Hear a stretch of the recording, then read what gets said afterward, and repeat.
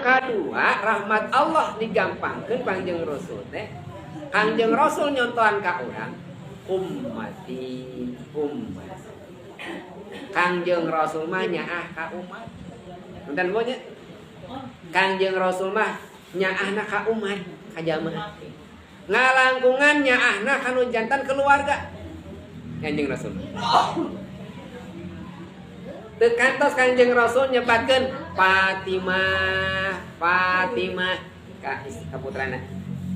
Aisyah ka istrina. Henteu.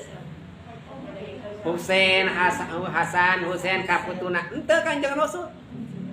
Anu diemut Kangjeng Rasul nalika ngantunkeun sareng engke di alam mahsyar, nalika dibangkitkeun Kangjeng Rasul nu pangpayuna sa ummati.